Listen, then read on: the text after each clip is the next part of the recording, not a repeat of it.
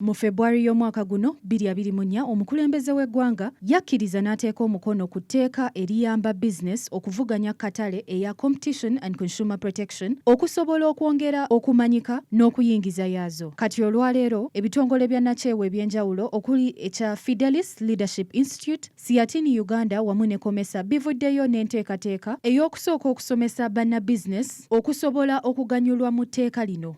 A signal for launching training facilities, training services, training people in competition, regulation and consumer protection.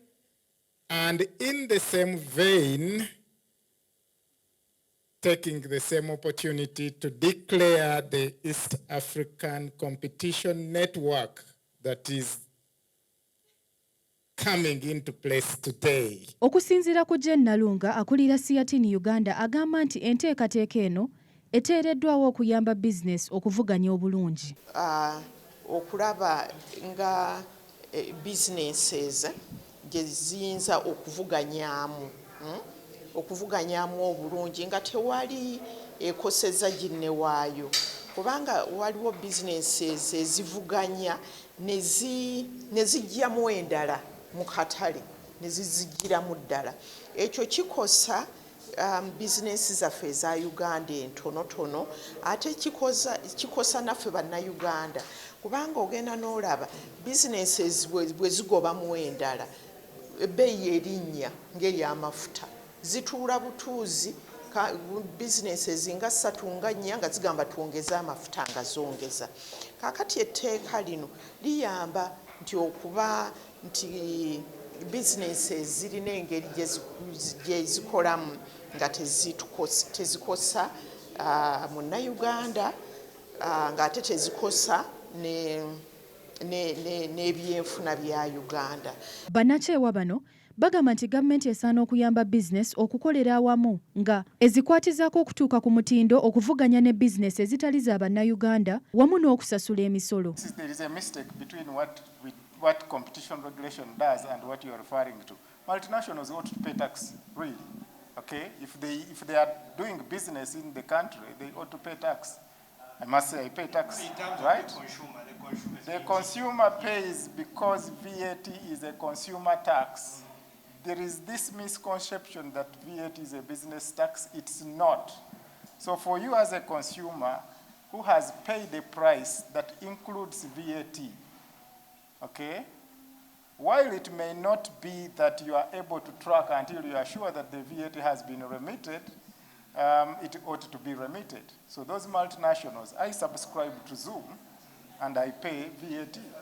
Now, whether the VAT is being remitted to URA, you can see it by the receipt you get because it will be reflected there. So for paying taxes, it has nothing to do with competition regulation. It's an obligation. Oluusi gavumenti yeetaaga okuba nti eyamba ku businesses zaffe entono okubanga nazo zeegatta, kubanga etteeka lino teryagala nnyo litunuulira nnyo nti kampani bwe zeegatta n'ebeeremu nga nnene y'amaanyi esobola okunyigiriza endala n'okunyigiriza munnayuganda. N'olwekyo yeekennenya nnyo okulaba nti bizinensi ezaagala okwegatta tezikole bubi ebyenfuna n'okutulugunya abannayuganda. Naye kye tubadde tugamba nti ekyo kyo kituufu, naye nga gavumenti erina okuyambako kampanizi zaffe zino, bizinensi zaffe eza bannayuganda okulaba nti zisobola okwegatta ne ziba nga ziyamba munnayuganda okuba nga zikompitinga zivuganya ne businesses ezitali za bannayuganda. We are very excited to launch this partnership with the COMESA Competition Commission because in the wake of regionalization and the fact that His Excellency the President in February this year passed the bill, assented to the Uganda competition bill. We understand that there are gaps in capacity in the region, both in the regulatory environment, in the implementing agencies, and also in the business community of an understanding of competition regulation. Why is competition regulation important? We need to regulate and control monopolies, and to make sure that if anybody is a dominant player in the market, they are actually acting fairly. We want to promote competition because that is what will help us with Vision 2040 when it comes to business and investment.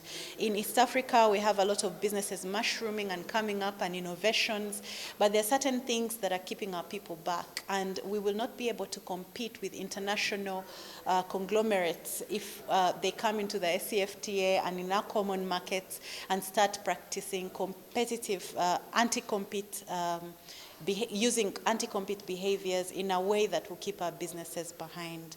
That is why you've seen some of the things that are happening around the region. You've seen the fights over sugar, you've seen the fights. These are things that are to do with competition practices. Ku nsonga y'abannaceewa, Hussein Musiho okuva mu Ministry ey'ebyobusuubuzi abaggumiza n'alaga ng'ensonga zaabwe be bagenda okuzizzaayo mu kakiiko ka Parliament. There are also background processes to have the consumer protection law presented to Cabinet and then Parliament. Very soon, we shall have a stakeholders meeting to discuss the final draft, to have this law presented to Cabinet, and eventually we shall have the law presented to Parliament for the first reading.